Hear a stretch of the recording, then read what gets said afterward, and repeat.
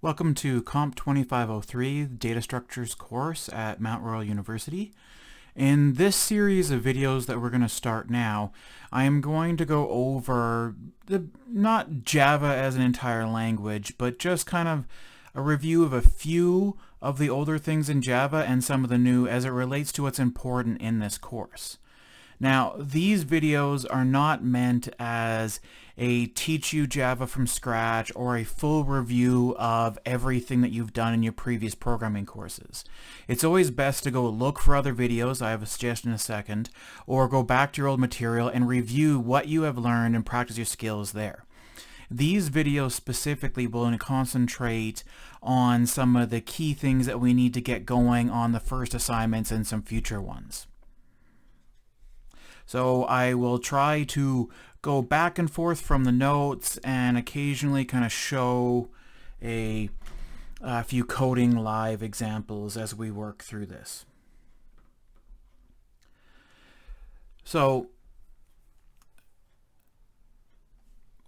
go for the next one. Now when it comes to reviewing material, I've just got two quick links here done by doing a fast search. The top one up here is just one that's a set of slides that very rudimentarily lists all the key things, the fundamentals upwards for the Java language. The second one here is to a video series that goes from the beginning onwards, showing a bunch of programming in Java and may be useful for people who want more of a visual view of relearning or reviewing the previous materials you may have learned. Now, for us, you should have touched upon object-oriented programming before this in your previous programming languages. You don't need to be experts at that for this course. I'll be concentrating on data structures. But we are programming in Java, which is an object-oriented language, and you will have to write classes, create objects, work with other classes created by other people, and so forth from there. So I want to go through some of the, again, basics so we get some terminology set down for what I like to use, and then we can use throughout the course when it comes to anything that we do for implementing data structures in Java. Now, classes and objects. People, I find, always get these kind of mixed up and understanding, well, what's the difference and how does this then become really important when we're talking about object-oriented programming and working in languages that allow us to follow this kind of programming paradigm. So an object is defined by a class, and the object itself is called an instance of that class. And we'll get into that more, is that it's kind of like the chicken and egg thing of which came first, whatever from here. And this is more of well, a class is a blueprint of an object. It's kind of like your recipe. It's what you're starting with to actually define everything. You're thinking about everything in your design, how you're doing work in the sense of objects and objects working together. But when you go down to first start coding it, the first step, if you are creating a new type of object, is to define its general properties and methods and then start writing the actual class. And once you have that class done, then you'll be going to actually making instances of that class where you have these multiple objects that are all of this same type of this class. And now within these classes, we use methods to define the behaviors of how those objects will work. Because, when we're creating creating classes and working with objects, we always know that we have that private instance data, which is the memory where you're storing information in that individual object. And then to properly access and change and modify that information in this kind of encapsulated bubble that is an object, you are then using the methods to access and telling the object, hey, do this work or get me this work, and so forth, and having that internal external view. And we'll be talking about that more as we go through this lecture. So here, a class in this idea again represents a concept, and the object represents the embodiment of that concept. And I'll have an example coming up. But again, its idea is that class is that general purpose, what you would want from it, and then you make an object to be the actual embodiment that you work with. And the idea is then that you'd create one class, and then from that one class, you could create multiple objects from it, each that have their own kind of state or information in them, and then you can treat and work with them differently depending upon how your program works. The class contains the class that contains the main method in a Java program represents the entire program or the starting point. So that main method that you've seen before, public static void main string args, is that that's the one where usually myself I like to create just one class as that one method, but that's the starting point of your entire program and where everything starts up and goes from there. So visually to show that, as you said here, is kind of keep the analogy in your head that class equals blueprint. So one blueprint to create several similar but different houses. So again, from this example, you can think here is if we had an architect and someone who's planning a whole subdivision of houses where they're building all the houses to be similar with slight modifications to them, and they would design one blueprint here, which then builders would use as part of the planning of getting the materials, putting everything actually together. But then through each individual build of the house, they could then change specific properties that are allowed within that design. So we can say in this example, again, the blueprint that's being created where it defines how everything is supposed to be look when it's created is the actual class. And then each house that's built after that is an individual object that has different state or setting of its variables. So in this quick example, we can see it's really just the color of the house that's changed each time it's actually built, maybe the properties of what's in front of it. And so this is a bigger thing to realize. It's similar in the computers. The idea is that when you have the class, you are defining and doing that blueprint. But when you're going new, whatever object is, you're telling the computer to actually build that object itself. So the instance variables, it needs to go and allocate memory within the system memory for that specific object, give it a location and give that back to you. And then you as the programmer for the rest of it actually define how that specific object is going to be used. So now switching from that class being your blueprint, defining what you want, some other terminology I like to use when we talk about objects, the actual embodiment creation of the actual class, is then to get into the idea of state and behaviors. So state is a descriptive characteristics of the instance variables. Because we know that every object will, of say we have class A, every object of class A will have the same instance variables inside, but they can be set differently. It's not the same one for every single object. It's each object has that own individual variable and can be set in its own way from right here. And the current state of an object then is defined upon the current settings of all of the actual instance variables.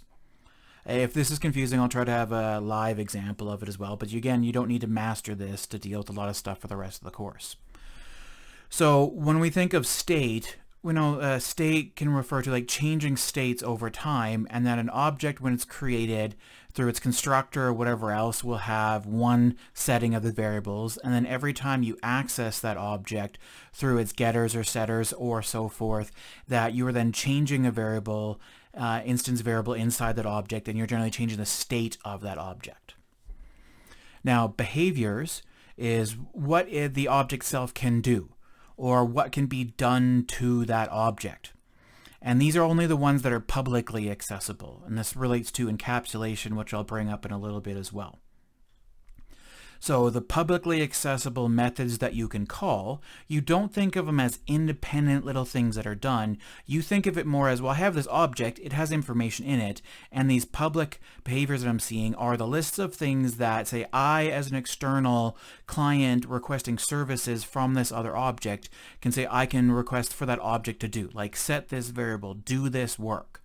And we think of the overall object as one whole entity with its information, its state, and its behaviors, and us on the outside saying other objects, and you can even hear myself embodying being another object from this, is that you are requesting it to do other work, and you're encapsulating stuff into one little ball to interact with.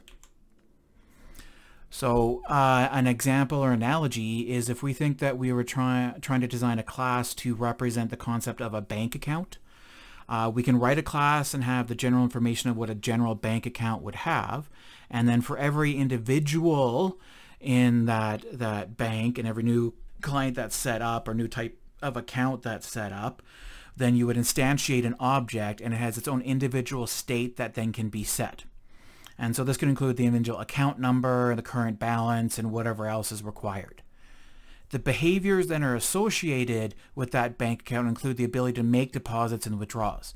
So we have one account, and we have the behavior of doing a withdrawal against that one specific account for that object that we have created. So we can say, hey, account 1, deposit this amount of money, or make this withdrawal, or validate this, or so forth. So now where these really combine together is, again, the behaviors or those methods are interacting with the actual state, which is the instance variables, and the idea is that the behavior of an object might change based upon its state. So, like trying to do, say, a withdrawal is that maybe you try to do a withdrawal at one time, and then the withdrawal service tells you, like method returns back, hey, that couldn't be done because the balance was at 0 or the withdrawal amount was larger than what was in the actual account. Well, change time later, then they say a deposit is actually done from right there, and money is added to the account, and then the same withdrawal is done after that. And then we could have the case, well, maybe now it has more money, so that this point in time, with the change of state of doing the deposit, which changed the internal state of the object, that then withdraw was able to execute and now change and say back, yes, this was successfully withdrawn from the actual account. So this is kind of idea of why I like to talk about behavior and state and an object as an entity and how these things kind of relate together. So getting back to Java here, so we get to a class definition of a basic idea of this. The one you've used, so public, this is the access modifier if you're dealing with packages, class, and then the name you want to use. Now, what's not Java syntax, but is good convention, is when you are naming your classes, is to use uppercases on each word.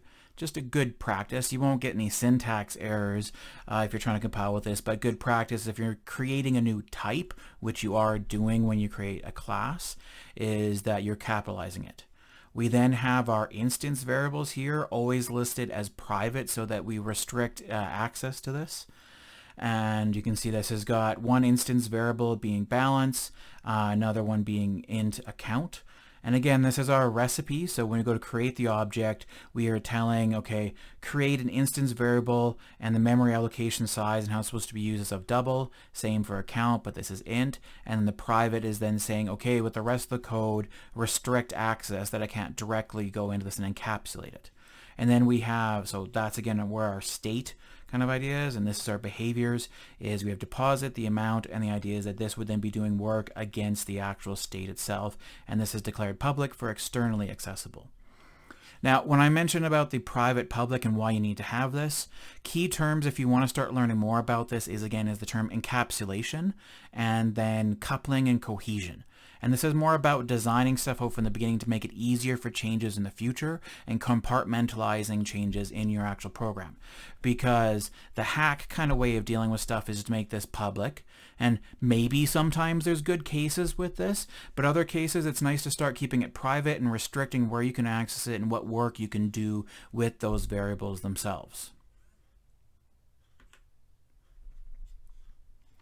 So now when it comes to, we have another class here, and this is the one that's the main, and you can see it's the way I like to do it is some name that represents what the system is for the class. There's no other methods or anything else in here, and I just have the main method. Not required, but just something I like to do is just keeping it simple. And this is the startup for your actual program itself. And then we can see we're writing the code to now actually instantiate and make individual objects from those original, like that original class that we designed already. So here we can see we're making a local variable inside the main method of the type of our class, giving a name, and then right here instantiating a new object. And the idea here that's important is that this little step here where we're going new bank account, which is going to kick in the constructor, in this case a default constructor, is the computer at that time, the system running stuff, is then going to go look at that actual recipe being the class you've defined, look for the actual states, your instance variables, and start allocating that memory as one rough chunk as you can visualize it, and then creating a space and giving that back. And each time you do this new it's going to go make that new space and give back this kind of address. And that address is going to become very important as we go on to link structures and linked lists and understanding that concept, so I reference. So here in this case, when reading this, we can see that we have two local variables, one called act1, one called act2, and then we have made two separate objects and saved the reference of the address into these actual variables. So we have our independent objects. Each one has its own state now, and then any behaviors that we call going, say specifically act1 dot, say deposit, or act2 dot deposit, is then going to change the state individually of this object itself. So examples here, again, the idea of class being the concept versus the realization is we have three different accounts, say John's account, Bill's account, Mary's account, with their individual thing that they have, say their account numbers, and they have, say, their balance. And the idea is then, well, that's common between all of them because they are a realization of the concept being the class that we've created, but the individual state of each object is different, being that each has a different balance and who the account itself is associated with. Okay, so that's a quick whirlwind. And this is just to give you an idea what we'll keep working through for the entire class for just being an object. Normally you should have had more practice or been presented with this before. Now, another important concept to get used to, and then this is not Java itself, but just object-oriented programming. So languages like Python, C++, and others that allow for the concepts of object-oriented programming to be created, is the idea of encapsulation. And really, to think of this, I just keep the word capsule in my head. So the encapsulation is that you think of the internal versus the external access points, and you think of this as one whole entity. And it's very useful to do this, that we start labeling behaviors and data together as one entity, encapsulate that thing together. And we take two views as a programmer of this, of one being internal. This is the details of the variables and methods of the class that we're defining. That'll be that individual object. And then we have external, is the services that an object provides and how that object interacts with the rest of the actual system itself. So once we've instantiated the object, it has internal view. Is that when we're working with that object, that bank account, we don't really generally care of the internals of what's going on, other than when we request a service, it does the work we request from that service. So like, say, the bank account, we do a deposit, we should expect to be that the right behavior is defined, but we know how that service is supposed to work is executed, and then we're done with it, and we kind of say, hey, bank account, you deal with this, and say, me being the bank system, managing all the bank accounts, I deal with this separately. And so you want to take those two kind of switching roles of how you deal with it. Is that when you're writing with class and dealing with stuff yourself, you think of the internal view, you think of writing the data, you think of writing the actual code for those services or behaviors that you're providing. And then when you're done writing that class and you've instantiated the object and using it somewhere else in your program, you then switch to thinking of it as an external view that you have that encapsulated inside, and you only think of, okay, what's the public services that then provides, and then that's the list of things that I request that can be done against that specific object. And I create all the objects and link them together as I see fit, doing it depending upon the task and program that you are working on. So from the external view, an object is an encapsulated entity providing a set of specific services itself. So you don't really think of as much of the data itself, other than through those services you could get access to that data and change it. And these services are defined as the interface to the object. Now be aware when I say this is object-oriented and not talking about Java interfaces that we will see in another part of this video series, but this is specifically the interface for how do I interface and work with this object from the external viewpoint. And so you know that is that if you're looking, if you're working with a new object, you would look up its actual API and be just looking at the publicly accessible methods and constants from there to see, okay, well, how do I work with this? What can I do? And you think of these as each individual entity services that works against what that concept represents. So from this external point of view and working with encapsulation, the idea is that one object called the client may use another object for the services that it provides. The client of an object may request its services, so call its methods, but it should not have to be aware of how those services are actually accomplished internally. You may make reference back to, if we've gone already over, the ADT for data structure, so the abstract data type. It's a similar kind of concept, is that when we think about stuff, say like a stack, again, we think of the operations of push and pop and how they're supposed to work. We don't generally care, first off, how that's actually implemented beyond the idea of how long does this take in memory or space, where a kind of complexity requirements. So when it comes again to now getting past classes, getting into objects, and now objects working together, you want to get to this general idea once again of clients and then services. That it's going back and forth of one object requesting services from another object to accomplish that work. And you've all done this before, like opening files. To get that work done, you've probably specifically created a couple objects that handle opening a file, and then from that object, you've then called methods, so its services, to request reading information from that file. And your programmer object that is then working with that other one is giving, say, meaning to the specific order of services being called and context for the data actually coming back. And then from there, you keep building this up. So it's like this wide network range of things working together and objects working together that create an overall program. So any changes to the object state, i.e. its instance variables, should be made through the object's methods. This is something that you could bypass as a coder by putting things as public when you define the recipe for that object, so i.e. its class.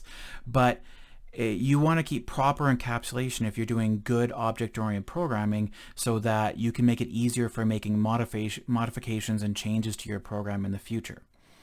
And there are special cases where maybe it's perfectly fine just to make things public and not deal with that encapsulation, but it's a good practice to start in the beginning, is just keep everything encapsulated. Now, we should make it difficult, if not impossible, for a client to access the object's variables directly. And this is always done through your access modifiers of public, private, or protected. And the term in object-oriented programming, so again, not Java, but object-oriented programming in general, this is said to be that an object is self-governing, being that an object, when it's there, is governing and managing its own internal data, and that it only says, hey, these are the services, and you can call them from there. And so it's all in that one spot. And then if we know we've designed everything to be in that one spot and certain things happen in certain places, when we have to go make changes, we can go make changes maybe not to the service, but how the service is done internally or where it's done. So say like how deposits changed or so forth. We can just go into specifically the class definition for the object of a bank account, and then go to that service being its method and make the changes there, and maybe not having to make it like 20,000 different spots in the rest of your program if you've just copied and pasted the code instead of reusing stuff nicely and packaging them into methods and classes and objects and so forth. So getting a little bit more visual representation of this is that an encapsulated object can be thought of as a black box, i.e. that its inner workings are hidden from the external client. So it's not translucent, it's empty from there. And so the client invokes the interface methods, so the public methods, and the object manages its own internal data. So from this other point, these red lines here just represent any of those public methods. This is the other object that's then calling methods from this specific object, and these methods here then either get the data and retrieve it or make modifications to the data and stays self-governing as an entity that then combines and works with other objects. Boom. Fun. That was a lot there. That's a lot of things together. It's like a quick summary in like the 20-ish minutes that we've been going so far. And the idea is you should stop and play around with this. Don't expect that I want you to understand all those concepts perfectly right now. Just as a basic idea as we go through the rest of the course and we work with Java or whatever object-oriented language we're currently working with and getting used to that terminology. Now, the next thing that's important is understanding the idea of a reference. And this relates to computer memory. And that thing I said when you make objects and it's giving you back this location of where that object was created. And a reference is very important, especially for us when we come to talking about link structures like linked lists, or going to trees, or if you're going to graphs and dealing with the internal implementation of these data structures. Not the external view of it, but the internal view of it. And the idea here is that we're not going to really be working with arrays, which are continuous sequences of memory from one point, one beginning address, to a lot of individual spots that follow after that. We visualize it as that we will be working with individual chunks of memory that are in different spots of the system memory, but then giving a kind of trailing link between each one. And to do that, we really need to get down to understanding the idea of a reference. So I'm going to go through these notes first talking about a reference, and then I'll start bringing up some code examples where I'll go back again to writing a basic class, creating some instances and seeing that kind of encapsulation and so forth. And then from there, start demonstrating how you can start seeing like at least numbers that represent that reference and start building up that visual model in your head, because you'll have to get used to this visualizing what's happening inside of a computer beyond just looking just directly at the actual syntax and the code that you are working with. So references. Boom. So references themselves, you think system memory, this is beyond this course to go into explaining how all of that's stored internally in the representation for computer memory. In other architecture courses like system architecture and operating systems and hardware courses, you can go deeper into how that specifically is implemented for different devices that you're working with. That changes all over the time. For right now, what you can think of for all memory that a computer program itself can access to do its work, like your variables, your arrays, and so forth, is that you can think of this as just a large area, a big list of chunks of memory that are all kind of sequentially labeled with what's called a memory address. So visually here, the idea of how I'm saying to visualize it first off, just thinking of computer memory in general is these individual little boxes that are of some set size that represent an actual storage area of memory in whatever device you're using. So your hard drive, this would be really in the RAM in reality for your system memory, whatever way it's being stored there. And then with each spot, it then has a memory address that's associated with it that keeps going up and changing. And so these numbers you're seeing here are just arbitrarily there. And you're probably also, if you're not experienced with hex, wondering like, hey, you just said numbers. Why is there a whole bleeping like FAs and Cs and Fs? Is again, memory addresses are generally kept in what's called hexadecimal representation, where each digit can go from 0 to 16. And the idea is that anything over, like starting at 10 upwards, from there they start using characters to represent it instead. So A is 10, B is 11, C is 12, and so forth. And again, not important for this course.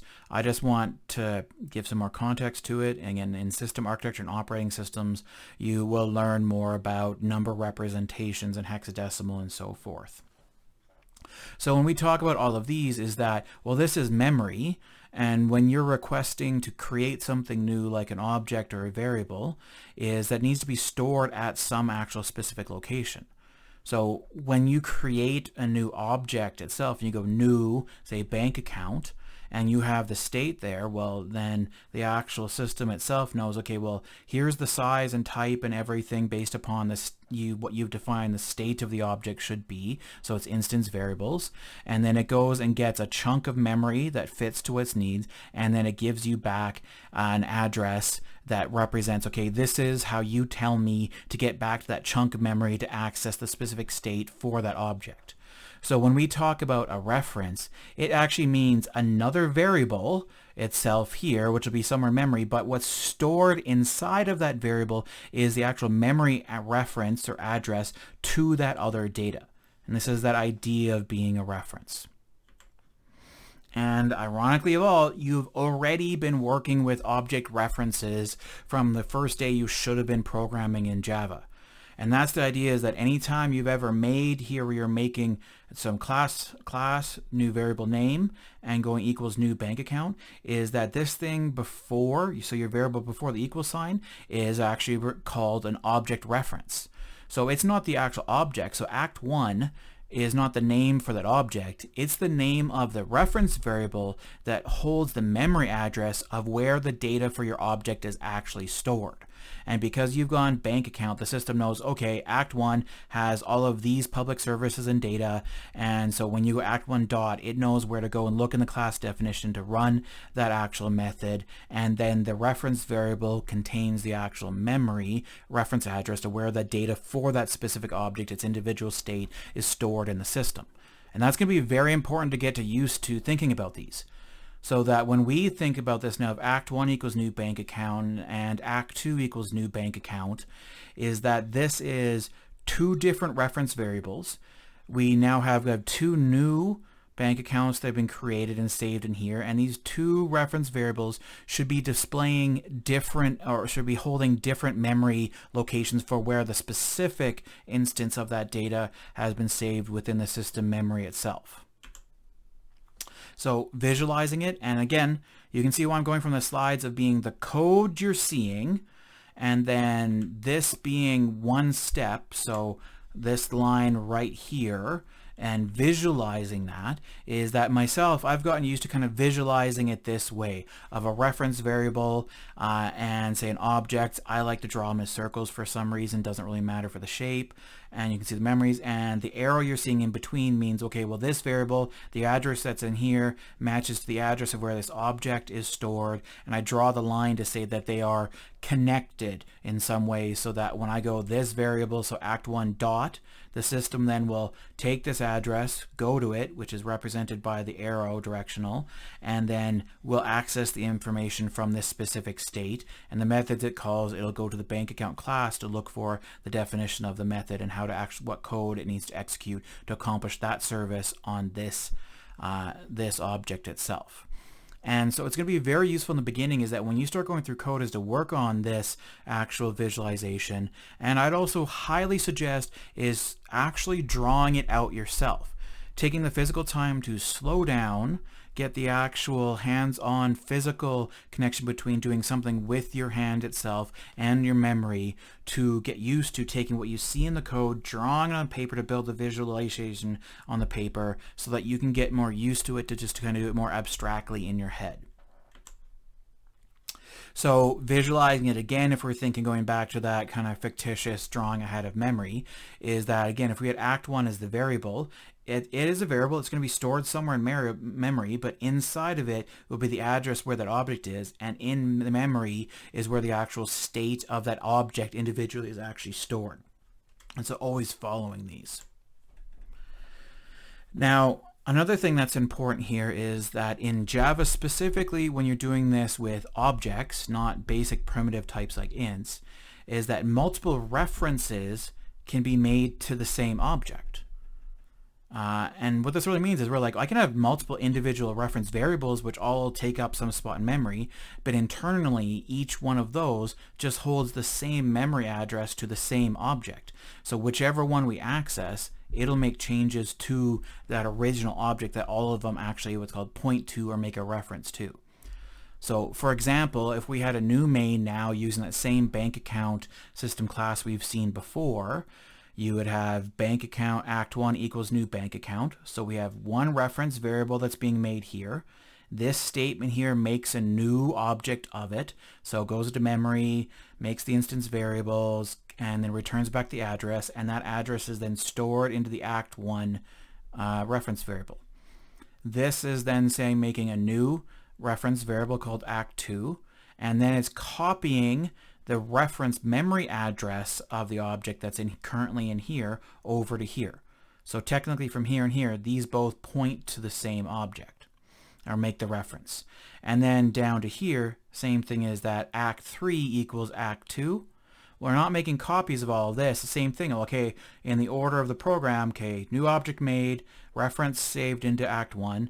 That reference is then copied to act 2. So these two now reference the exact same individual object. And then act 3 equals act 2, so all three of these now reference the same object. So any services that are called through this reference variable will make changes to this object. Same with this one, same with this one. Boom. And this is how you can kind of visualize it, drawing it. If we've gone down all the way to this last line right here, and we want to visualize how would things look in memory, is that we have the original object that where we had the new created here. It has its memory address.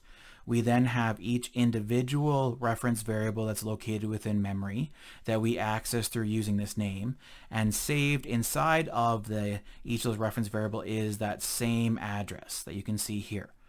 So again, that anytime now we go say act 3 dot something, the system will take act 3, will take the memory references that is in here. It will then follow to that and go to that memory location.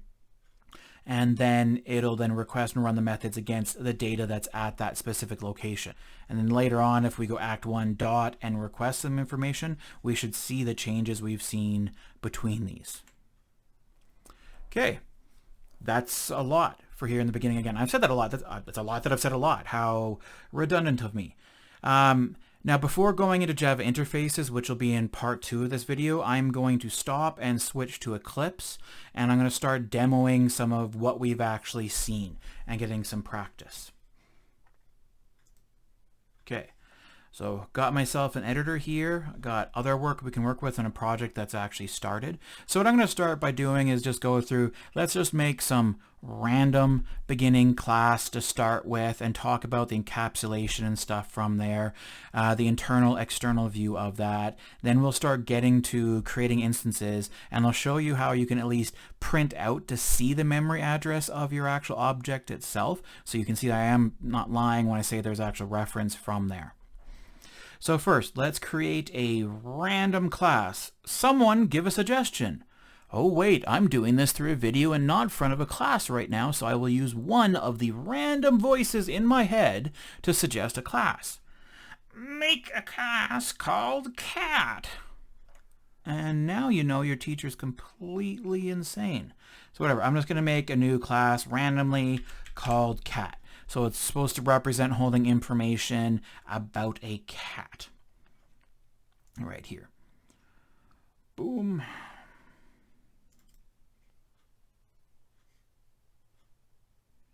Come on, slow computer. So you got your public access modifier. That really doesn't matter much here unless you're dealing with multiple packages and you want to restrict access to certain classes that are in different packages for organizing your code. We have to have the class, and then we have its actual name that's here. We can then start defining the actual instance variables. I always like to define them in the top. You can put them at the bottom, you can put them interspersed, but I think it's better to cluster them together. And I've just gotten into the habit of putting them all at the top, so it's the first thing I see when I go into my class definitions before I go look at the methods that then work with those instance variables. So first off, you should always be putting private in there in the beginning, is to restrict access to the state of the actual object, and so you do that through the access modifiers of private. And then we'll go, okay, string name. Not give it any name yet, and say private int age. Boom. And I should go back, because students' habits is that should be lowercase for good style when it comes to naming your variables. Now after that, so this is the state. I'm only going to have two things that's in here, is that we're going to use a string object to hold the actual name of the said cat, and we're going to keep its age. Two things you could associate with individual cats. Now we want to think about, okay, well, what first off public services do we want to provide for this object? And here I would just say some good getters and setters would be useful. Remember, you don't always have to create getters and setters for every single one of your instance variables. So getters being the individual small method that just returns the variable, and setters which then modifies that actual instance variable. You don't always need to have all of them. You only create them if you want to give access to the information in some way. But we'll say that this is an object that's going to be used in a database for animals in a hospital, and we want to always be able to update and change the age of a cat, the name of a cat. So it's a good idea to have your getters and setters. So I'll go a little further down. I will be smart lazy and I will get Eclipse to actually generate the getters and setters for me. From right here, select that for both and see that it's getting both of them, so it already creates it properly for me, and just click generate. So boom, they're all thrown in, and we've got our getter methods and setter methods overall for those basic variables we have here. We can then next create a constructor for setting this information in the very beginning, and you can have multiple constructors. And remember, a constructor is the method that's called when an object is instantiated. And so it allows you to control then upon creation of said objects any default information that you should have. So what I'm going to do is I'm going to create two constructors here. So being called constructor overloading. So public, cat is I'm first going to create a default constructor, so one that takes no parameters. Constructors are easy to find because again it's public, no return type, matching name to the actual class itself. And then inside you just do whatever work you want to have to set stuff up. So I am just going to create a new string, new name, and age equals -1.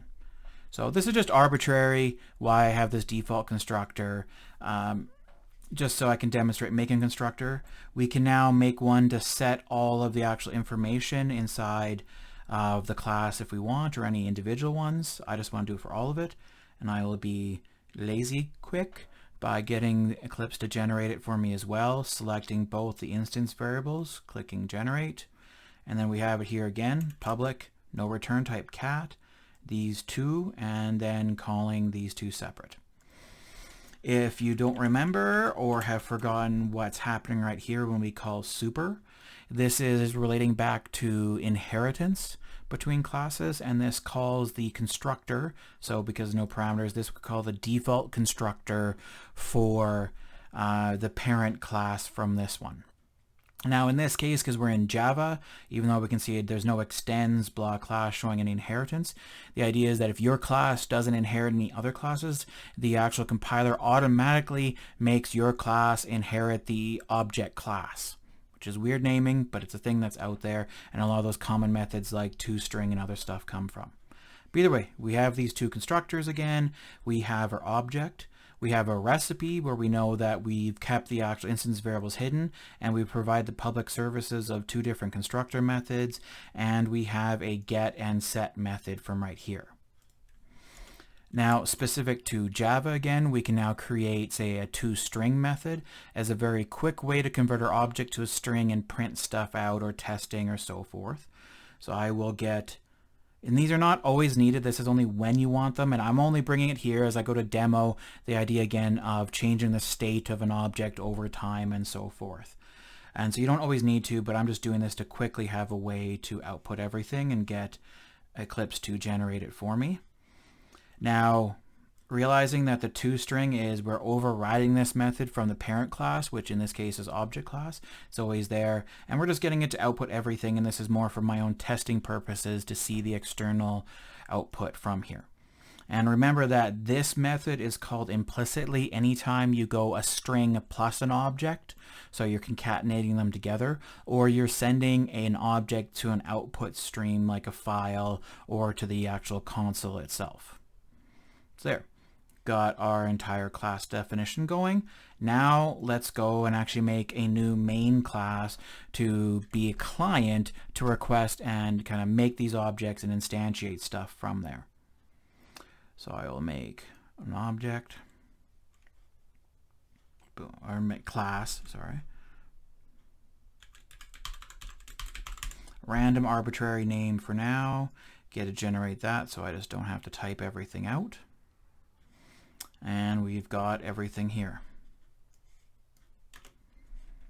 And just to be aware, if you've always wondered or never known, this, what you're seeing right here for the main of this array of strings that's arbitrarily called args, this then relates to what's called command line arguments.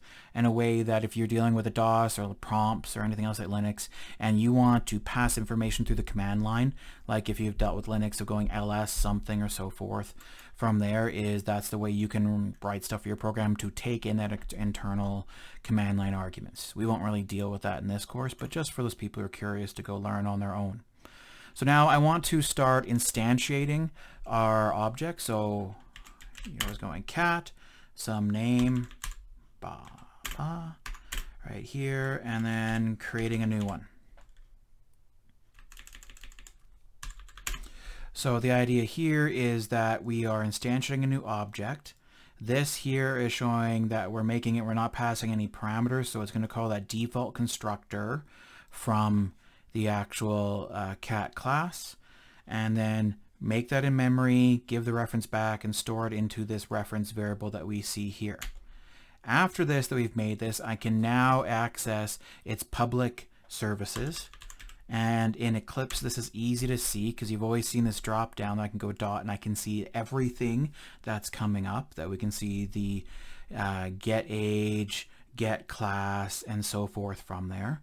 All these other methods that you're seeing from here, if you've always wondered where those come from, again, this is when we wrote the cat class, we didn't extend anything, and so the Java system, when compiling, automatically made your class then inherit the object class, and all of these methods are the publicly accessible methods and services that were in that class that then kind of got copied over in your actual blueprint overall. So we can then say, we can call the set age, say, and we'll say like 17, and dot set name, and we can pass in, say, Mina as the actual name.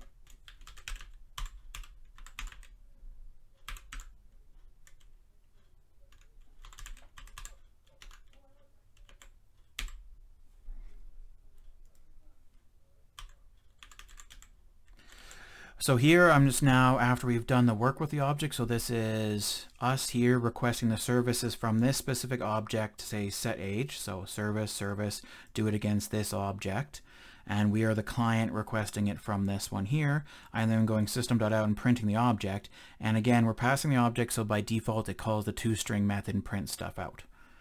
So boom, we will run that.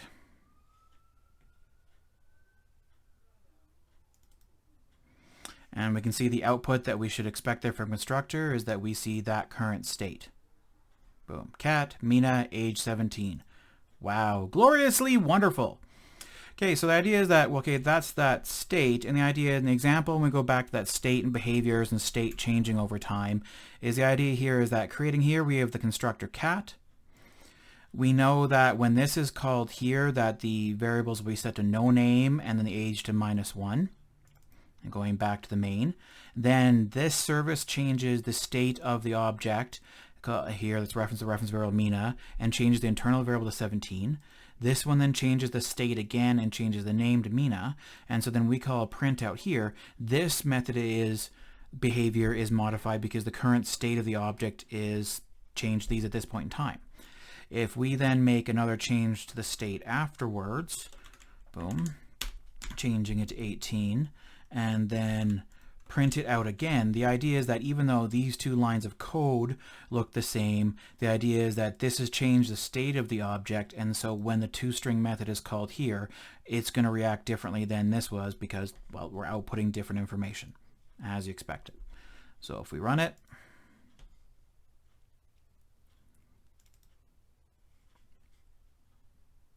we can see the first call, we can see the second call, and we have a visual representation of that change with a state over time through the actual behaviors itself. So, yay! Objects, everything else. So now, what if we just kind of hide what we have here for now, and we just go now and step back into that reference or the memory stuff and thinking about the objects. And so thinking again that when we have cat Mina, this is actually an object reference where that we use the name to access that variable, and inside that variable it holds a memory address to where the actual object data is actually stored in the system memory.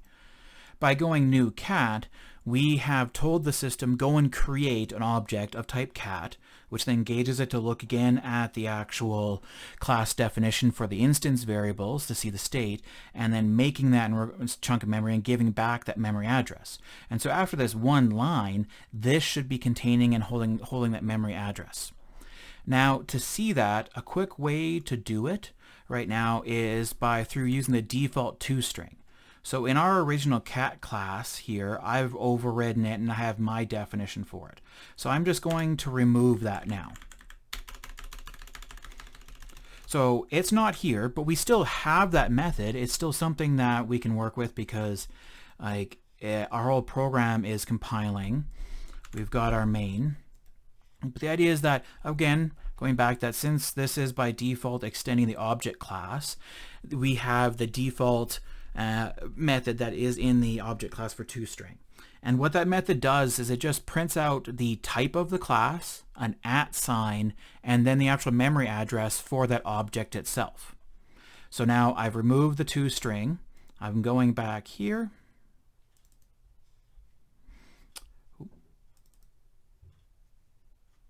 To the main, and then let's see. Yeah.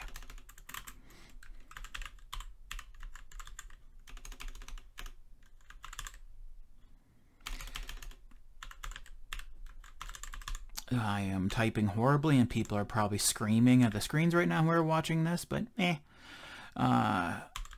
Mina. So again, this should call the toString, but what we're going to see now, because I've taken out my toString, is we're going to see that default one that's called. Okay, and you can see here again, it's the type of the class, an @ sign, and then we're getting this weird looking thing here, which is again, is a memory address where each digit, because this is a hexadecimal number. So again, why we're seeing the F's and the E's. So this is the actual one that was created at this time. If we run it again, we may get the exact same memory address, we may get a different address. That's all up to the system that you're working on. If you're running this yourself, you should probably get a different address coming out yourself. To show it again, we'll just make another separate variable. So we'll say Mina2 from right here, and we'll print each one out individually on a line. Mina2.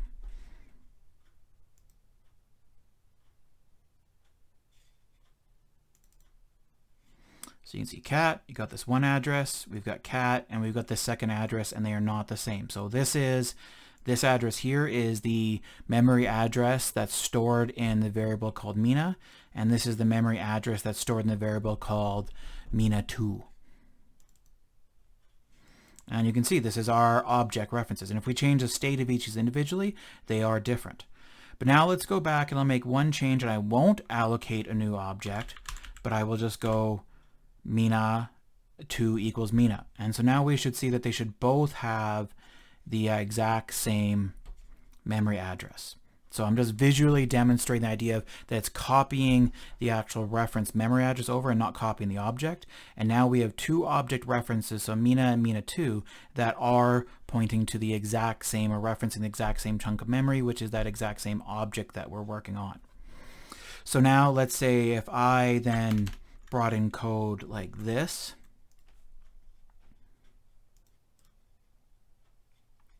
Okay, so we bring in our original example where we have Mina setting its age, Mina2, and then we go Mina dot get age. So we're just going to display the age changes that's from right here, and then we go Mina setting the age to 18, but then we go object2 dot get age. It should be different. Now normally if you weren't aware of the references thing or exactly what's happening here, you would just think, okay, we have it set Mina, the first object is 17, then Mina, we print out the age, so we should get 17. We're changing the age of Mina to 18, and throughout this whole thing we've never gone Mina2 dot set age to anything, so this should just be the default. You would think maybe it'd be 17 if you thought it was copying over, but you have to remember this is just referencing that same object. So Mina2 dot says take the memory address, go to that spot, and then get the age from that object, specifically at that location. And so we will see 17 and then we will see 18 when we run this.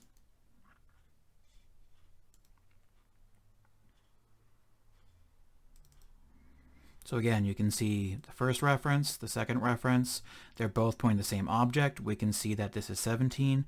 We had the second object, but it pulled out the 18. It's both, because they're both referencing the exact same memory location where it's doing its work with it. Okay. I think that's also a good step for now, and don't feel like you have to understand this perfectly. This is our first step into the idea of a reference, and we will come back to that when we deal with link structures and getting to linked lists and trees and getting used to all of that, and we will practice more of that referencing and visualization kind of steps. I just wanted to give you that first introduction to it, and I suggest you play around with this yourself as well and start looking ahead if you would like.